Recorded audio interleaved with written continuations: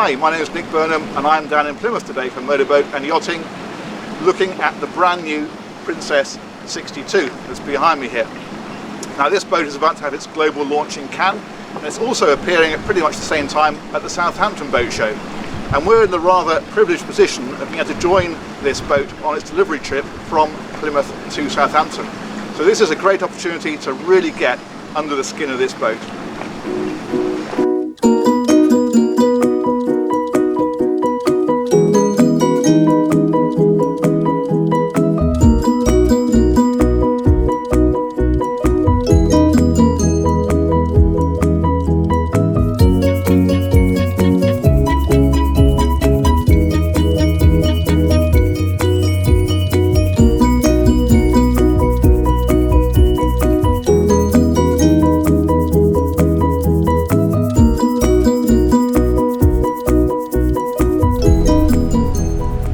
So we've just left Plymouth.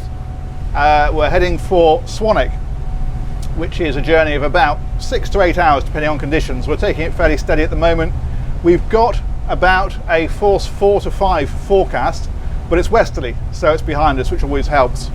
At the moment we are cruising at about 15 knots. This boat has got the D13 900 horsepower engine. They're twin engines of course on shafts. And so that's a very relaxed pace. That's only 1600 RPM. Visibility is great, and we're going to get a pretty good insight hopefully of how this boat performs on the trip. So it's about 12:30. We're making good progress. We've picked the speed up. We're actually doing about 22-23 knots now, which is just fractionally over 2000 RPM.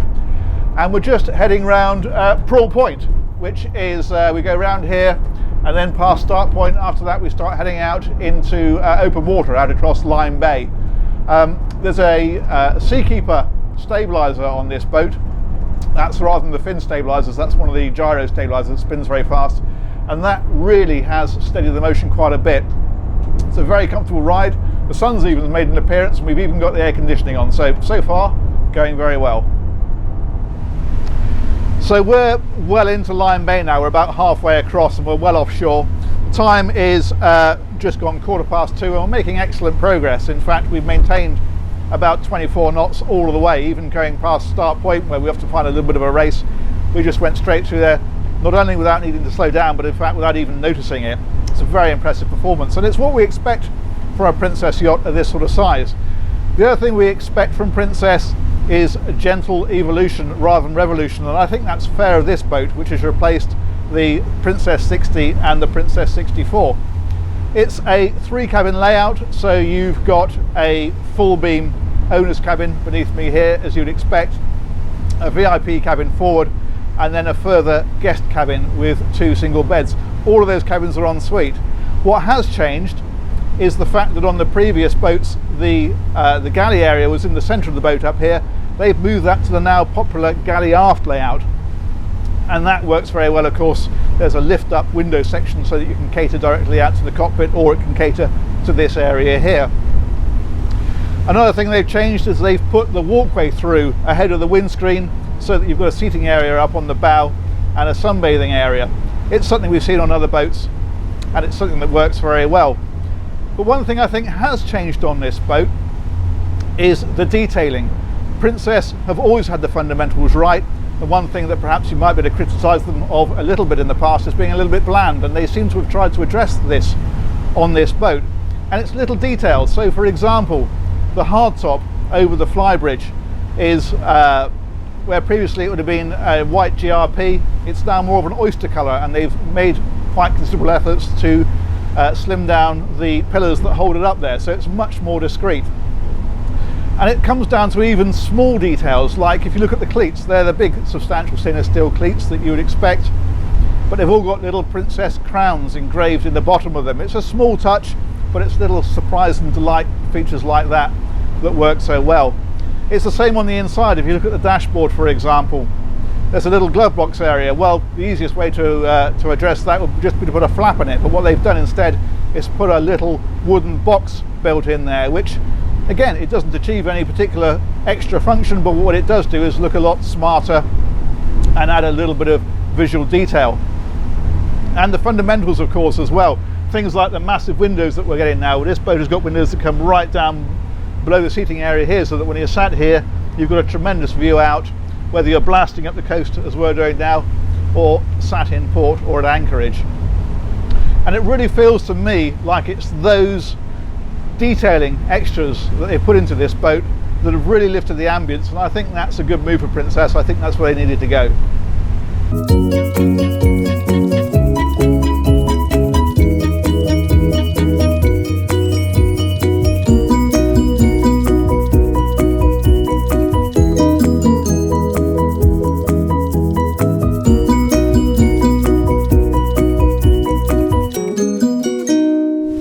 It's now about 3:15. We're around Portland Bill and we're heading up towards Anvil Point. We've got Weymouth out on our port side, and I thought I'd venture up for a look at the Flybridge.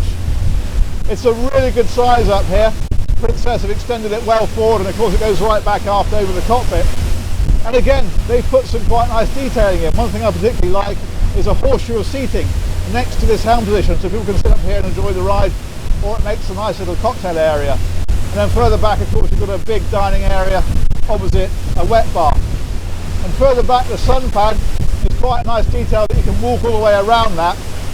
And also the backrest of the dinette is adjustable, so you can lengthen your sunpad or have more seating.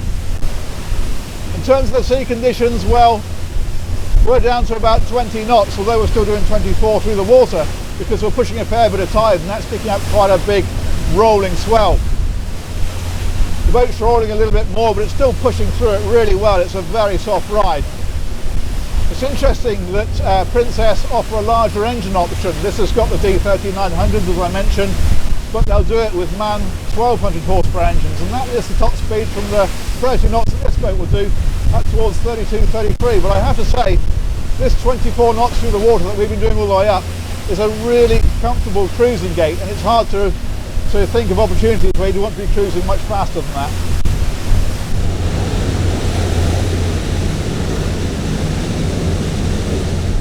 Are we nearly there yet? Well, yes, actually we are. It's just gone 4:30, and we've just gone past the Needles, and that was the one point in the whole journey where we really picked up some seriously big seas. There's a very nasty rolling swell, and you really started to feel the height of this boat in terms of the way that it was rolling. Certainly nothing that felt remotely unsafe, but you did feel perhaps a little bit more uncomfortable as a result of it. And it was something that the Seakeeper certainly wasn't going to be able to overcome. But throttled back, got the boat off the plane, pushed through that, and now we're on the home straight, heading down the Solent, back up to 20 knots, and we'll soon be home.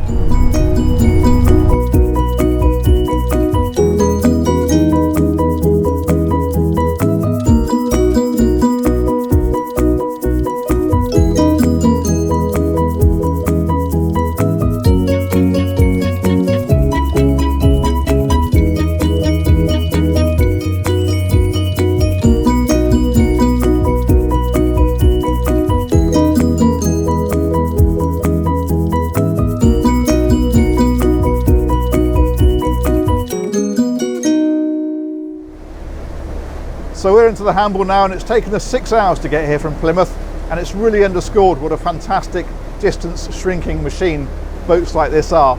It's been a very comfortable and pleasant experience coming up here today. As to the Princess 62, well, I think that this has worked really well for Princess. It's a much more voluminous boat than its predecessors, and it's got some really nice features like putting the galley aft and putting the seating area ahead of the windscreen. I also like the Flybridge. I think that is a particularly good layout. But where this boat really scores, I think, is in the details. It's all those little surprise and delight features. It's the little emblems on the cleats, it's the new headlinings, it's the new shape of the dashboard, it's the oyster colour on the Flybridge hardtop.